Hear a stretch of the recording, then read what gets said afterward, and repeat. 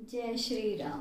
मंगल भवन अमंगल हारी, द्रवहु सुदशरथ अजर बिहारी। जय सिया राम, जय जय सिया राम। दीन दयाल बिरधु संभारी, हरऊ नाथ मम संकट भारी। जय सिया राम, जय जय सिया राम। राजा सब प्रकार से भाग्यवान थे, उनके लिए विषाद करना व्यर्थ है। यह सुन और समझकर सोच छोड़ दो और राजा की आज्ञा सिर पर धारण कर तद अनुसार करो। राजा ने राजपद तुमको दिया है, पिता का वचन तुम्हें सत्य करना चाहिए। जिन्होंने वचन के लिए ही श्री रामचंद्र जी को त्याग दिया और राम विरह की अग्नि में अपना शरीर छोड़ दिया। राजा को वचन ही प्रिय थे, प्राण प्रिय नहीं थे। इसलिए हे तात, पिता के वचनों को सत्य करो और राजा की आज्ञा सिर चढ़ाकर पालन करो। इसमें तुम्हारी सब प्रकार से भलाई है। परशुराम जी ने पिताजी की आज्ञा रखी और माता को मार डाला। सब लोग इस बात के साक्षी हैं। राजा ययाति के पुत्र ने पिता की आज्ञा से उनको अपनी जवानी दे दी। पिता की आज्ञा का पालन करने से उन्हें पाप और अपयश नहीं हुआ। जो अनुचित और उचित का विचार छोड़कर पिता के वचनों का पालन करते हैं, वे सुख और सुयश के पात्र होते हैं और अंत में स्वर्ग में वास करते हैं। राजा का वचन अवश्य सत्य करो, शोक छोड़ दो और प्रजा का पालन करो। ऐसा करने से स्वर्ग में राजा संतोष पाएंगे और तुमको पुण्य और सुंदर यश मिलेगा, दोष नहीं लगेगा।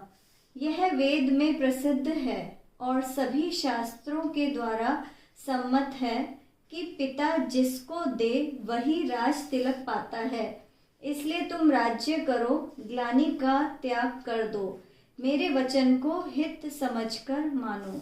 इस बात को सुनकर श्री रामचंद्र जी और सीता जी को सुख मिलेगा और कोई पंडित इसे अनुचित नहीं कहेगा। कौसल्या जी आदि तुम्हारी सब माताएं भी प्रजा के सुख से सुखी होंगी। जो तुम्हारे और श्री रामचंद्र जी के उत्तम संबंध को जान लेगा, वह सभी प्रकार से तुमसे भला मानेगा। श्री रामचंद्र जी के लौट आने पर राज्य उन्हें सौंप देना और सुंदर स्नेह से उनकी सेवा करना। मंत्री हाथ जोड़कर कह रहे हैं, गुरुजी की आज्ञा का पालन अवश्य ही कीजिए।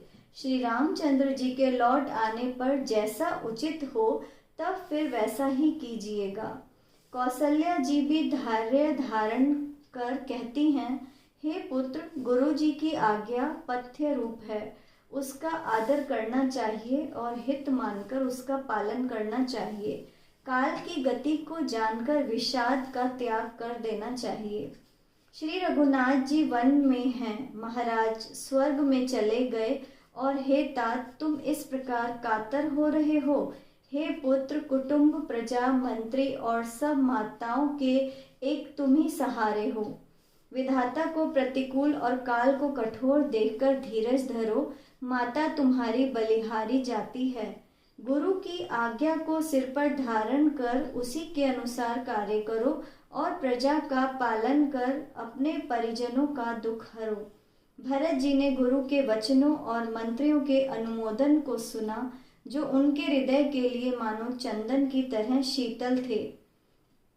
फिर उन्होंने शील, स्नेह और सरलता के रस में सनी हुई माता कौसल्या की कोमल वाणी सुनी।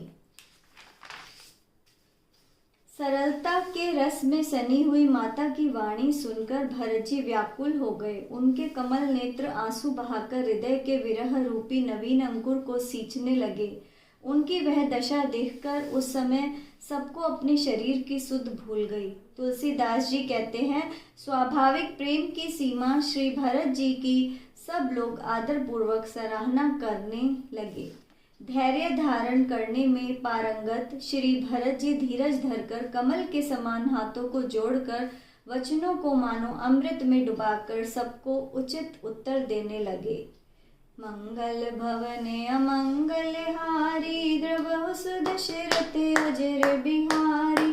जय सिया राम जय जय सिया राम, दीन दयाल विरधु संहारी।